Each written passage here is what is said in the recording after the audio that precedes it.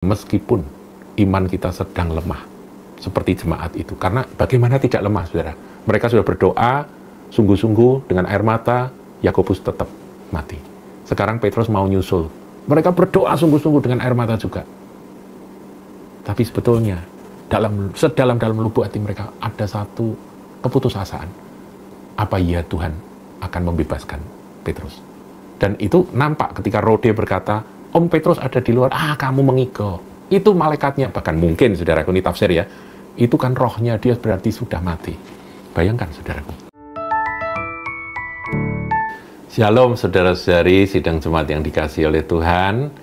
Kita masuk dalam pelajaran Kisah Para Rasul 12, bagian yang ketiga, saudara. Bagian pertama tentang mengapa Yakobus, bukan yang lain, bukan Petrus, sudah kita pelajari.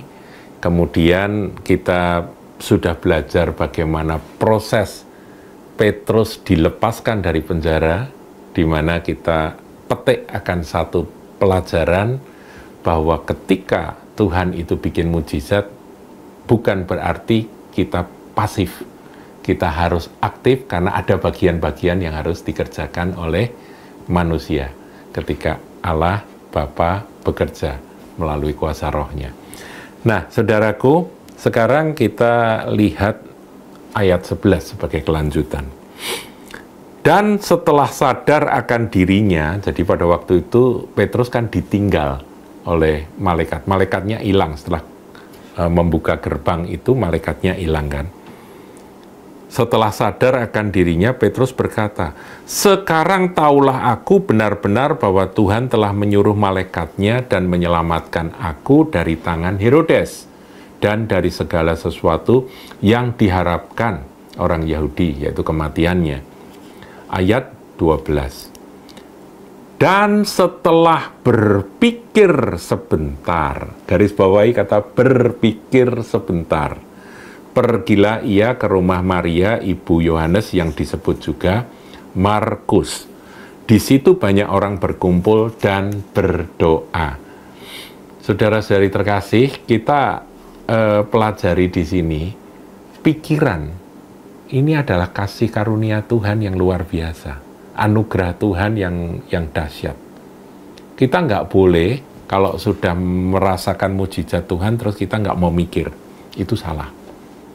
Kita tetap mikir, minta Roh Kudus itu pimpin kita melalui pikiran kita. Nah, Petrus setelah ditinggal malaikat, dia nggak langsung deprok di situ, kemudian dia teriak-teriak kepada Tuhan, "Tuhan, malaikatnya suruh kembali itu supaya aku tahu kemana aku harus pergi, aku minta dituntun." Nggak demikian. Tuhan sudah memberikan akal budi. Engkau sudah dibebaskan sampai di sini, sampai masuk kota ini, kamu dengan mujizat, kamu sudah dibebaskan, sekarang berpikirlah. Nah, berpikir. Setelah berpikir sebentar, pergilah ia ke rumah Maria, ibu Yohanes yang disebut juga Markus.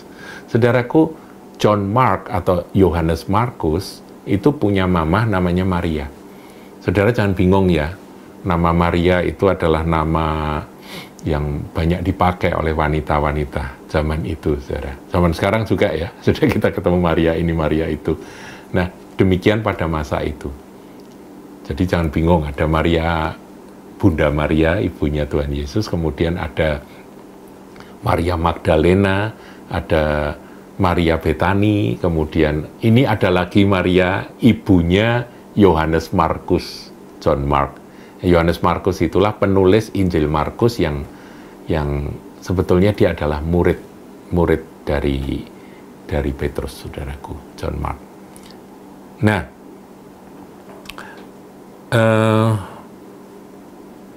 di situ banyak orang berkumpul dan berdoa. Tadi ayat 5 kita sudah belajar bahwa jemaat mendoakan. Rupa-rupanya persekutuan doa yang khusus mendoakan Petrus yang masuk penjara itu, ya di situ tempatnya. Jadi Roh Kudus pimpin melalui pikiran dia pergi ke rumah Maria, ibunya Yohanes Markus.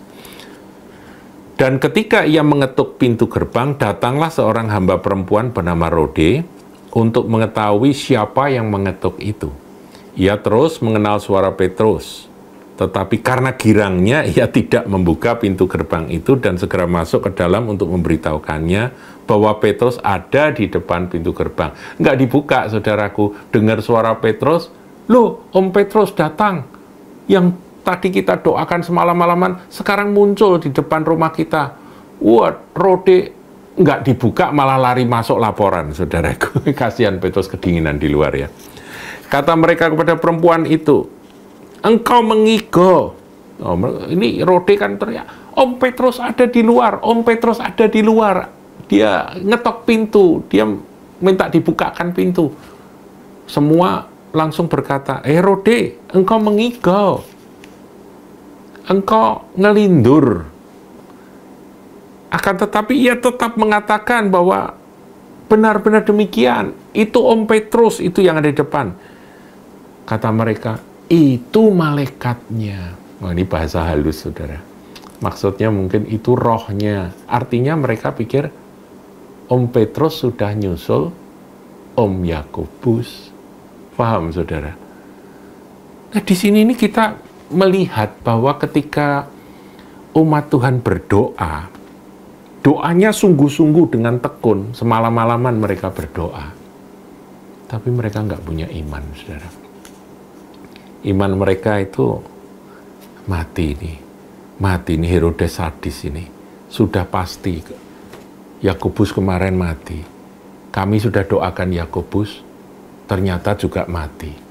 Ini kami doakan Om Petrus, sekarang juga mati. Ini rohnya yang muncul ini, memberitahu bahwa dia sudah bersama Tuhan. Barangkali begitu cara berpikir mereka.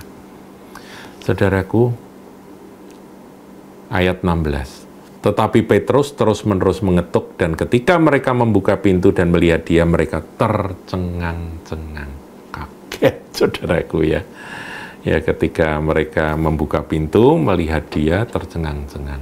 Lu kok tenan? Gitu ya, kok beneran Om Petrus. Tetapi Petrus memberi isyarat dengan tangannya supaya mereka diam, lalu ia menceritakan bagaimana Tuhan menuntunnya keluar dari penjara dengan mujizat luar biasa. Katanya, beritahukanlah hal ini kepada Yakobus dan saudara-saudara kita. Yakobus ini maksudnya bukan Yakobus yang sudah meninggal, tapi Yakobus saudara Tuhan Yesus. Ya, Yakobus yang lain. Dan saudara-saudara kita, lalu ia keluar dan pergi ke tempat lain. Nah, ayat 18, pada keesokan harinya gemparlah prajurit-prajurit itu. Mereka bertanya-tanya apakah yang telah terjadi dengan Petrus. Ayat 19, Herodes menyuruh mencari Petrus, tapi ia tidak ditemukan. Lalu Herodes menyuruh memeriksa pengawal-pengawal itu dan membunuh mereka. 16 pengawal mati semua, saudaraku. Karena tidak becus menjaga seorang Petrus, saudaraku. Kemudian ia berangkat dari Yudea ke Kaisaria dan tinggal di situ. Nah, saudara, kita melihat di sini pelajaran ya, yang ketiga, yaitu jemaat yang tekun mendoakan akan Petrus yang ditangkap ini.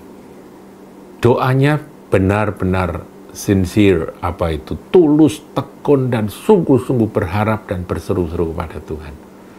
Tapi maaf kata, mereka nggak punya iman, saudara. Imannya itu terlalu tipis. Sehingga ketika doanya dijawab Tuhan, mereka nggak percaya. Bukankah kita juga sering seperti itu, saudara? Kita berdoa, berseru-seru kepada Tuhan, tapi sebetulnya kita nggak percaya bahwa Tuhan akan menjawab doa kita. Apalagi menjawab dengan segera seperti itu. Nah, saudara, ini sebuah pelajaran bahwa meskipun iman kita sedang lemah, seperti jemaat itu, karena bagaimana tidak lemah, saudara? Mereka sudah berdoa, sungguh-sungguh dengan air mata, Yakobus tetap mati. Sekarang Petrus mau nyusul. Mereka berdoa sungguh-sungguh dengan air mata juga.